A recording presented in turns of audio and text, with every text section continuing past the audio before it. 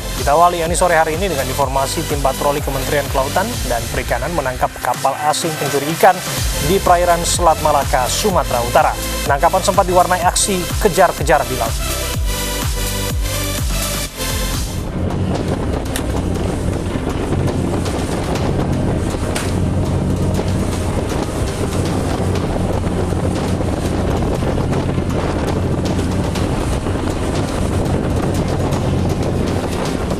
Inilah detik-detik kapal patroli Hiu 01 Kementerian Kelautan dan Perikanan mengejar kapal asing pencuri ikan di zona eksklusif ekonomi Indonesia di perairan Selat Malaka, Sumatera Utara. Beberapa kali tembakan peringatan sempat tak digubris kapal berbendera Malaysia itu dan berusaha melarikan diri.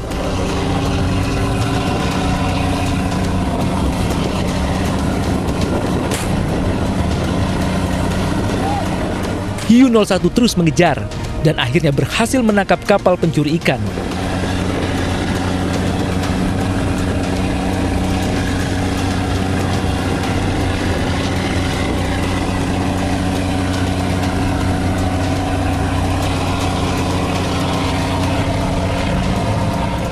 Ada 2 kapal berbendera Malaysia yang ditangkap kapal patroli Hiu 01 Kementerian Kelautan dan Perikanan. Meski berbendera Malaysia, kedua kapal dinakodai oleh warga negara Indonesia dengan 7 anak buah kapal yang juga warga negara Indonesia. Kami selalu mengikuti arahan Bapak Menteri Kelautan dan Perikanan untuk tetap tegas, tidak ada kompromi bagi pelaku illegal fishing. Hingga November 2020, kapal patroli milik Kementerian Kelautan dan Perikanan serta kapal Kabaharka Mabes Polri telah mengamankan 9 kapal ikan asing berbendera Malaysia beserta 39 awak kapal. 9 diantaranya merupakan nahoda kapal telah ditetapkan menjadi tersangka. Dari Medan Belawan, Sumatera Utara, Yuda Bahar, iNews melaporkan. Eksekusi lahan seluas 10.000 meter di Jalan Cacing Cakung, Jakarta Timur siang tadi diwarnai kericuhan. Warga menolak karena eksekusi lahan tidak memiliki dasar hukum yang sah.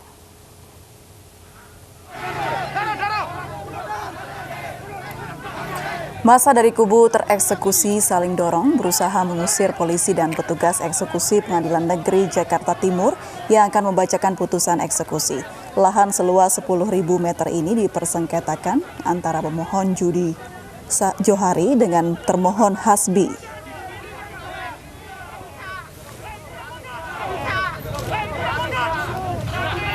Tidak hanya saling dorong, massa dari kubu tereksekusi terlibat adu mulut dengan petugas.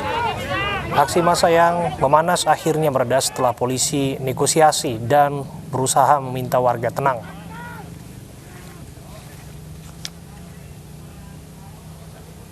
Ini kita tanah klien kami ini mau dieksekusi. Dasarnya sertifikat yang sudah dibatalkan karena dibeli dari lelang yang tidak sah. Ya kita akan pertahankan hak kita. Kita sudah masukin gugatan, tapi orang pemohon eksekusi ini dengan memperkosa hukum sudah memaksakan eksekusi. Karena situasi tidak kondusif, petugas akhirnya memilih mundur dan menunda eksekusi lahan. Pihak termohon mengatakan eksekusi tidak bisa dilakukan karena tidak memiliki dasar hukum yang sah. Imbas peristiwa ini, ruas jalan Cacing macet hingga 2 km.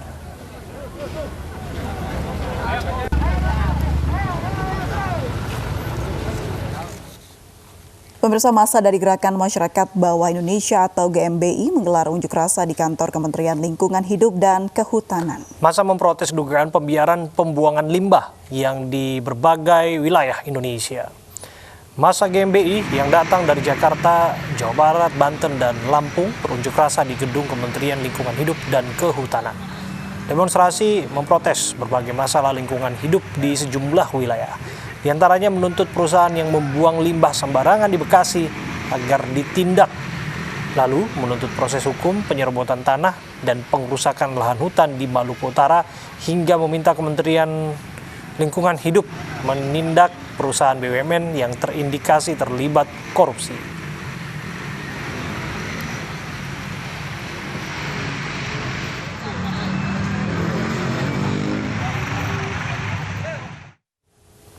Kita ke informasi lain, pemirsa, polisi menaikkan status kasus video asusila mirip artis Gisela Anastasia atau Gisel ke tingkat penyidikan. Sementara penyebar pertama video tersebut masih diburu polisi.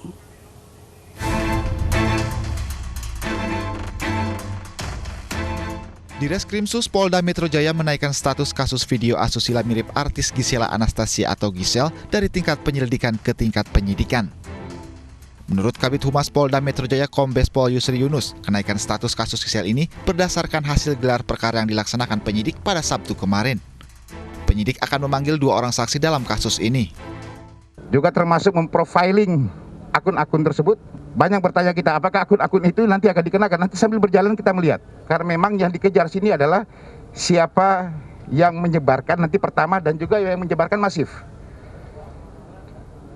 Juga ada yang bertanya kepada saya, apakah yang ada di dalam gambar tersebut yang mirip saudari G dan mirip saudari JI itu akan dipanggil atau diperiksa? Ya, kita sedang menyelidiki siapa di situ. Sebelumnya Polda Metro Jaya menerima 2 laporan terkait video asusila yang diduga mirip Gisel. Laporan tersebut dibuat oleh Febrianto Dugio dan Pitra Romadoni. Pelapor menuntut polisi mengusut tuntas kasus ini. Terkait di dalam video asusila ini kita minta diusut tuntas, biar ada efek jerahnya, gitu. Biar nggak terulang-ulang lagi video kayak gini. Hingga kini, polisi masih mengejar penyebar pertama video asusila tersebut. Polisi menjerat pelaku dengan Undang-Undang ITE dengan ancaman hukuman 6 bulan penjara dan denda 6 miliar rupiah. Dari Jakarta, Luis Ayu, iNews melaporkan. Setibanya di Indonesia, pimpinan Front Pembela Islam Rizik Syihab dikunjungi beberapa tokoh. Siang tadi, Wakil Ketua Umum Partai Gerindra menyambangi kediaman Rizik di Petamburan. Ya, saya tentu. Fadlizon menyambangi kediaman Rizik Syihab di Petamburan, Jakarta Pusat. Waketum Partai Gerindra menyatakan kemungkinan pertemuan antara Prabowo Subianto dengan Rizik Syihab. Setibanya di Indonesia pada 10 November lalu, Rizik telah kedatangan sejumlah tokoh yang menemuinya di kediamannya. Selama di sana. Sebelumnya siang tadi, pimpinan Front Pembela Islam Rizik Syihab hadiri Maulid Nabi Muhammad di Pondok Ranggon, Jakarta Timur. Acara dihadiri jemaah yang berkerumun tanpa pedulikan protokol kesehatan. Rizik Syihab berceramah di dalam pesantren Ponpes Al-Haramain Asy-Syarifain di Pondok Ranggon, Jakarta Timur siang tadi. Kehadiran pimpinan FPI itu menyedot perhatian jemaah yang berdatangan memadati lokasi acara. Banyak juga yang membawa anak kecil. Tidak semua jemaah menerapkan protokol kesehatan karena banyak yang tidak memakai masker dan menjaga jarak.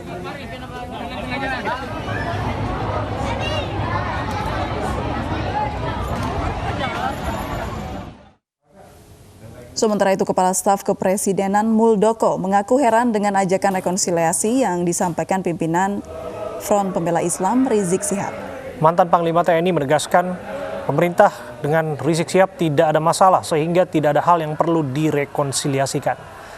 Menurut Muldoko, Rizik pulang dengan selamat menjadi alasan pemerintah tidak ada masalah dengan dirinya.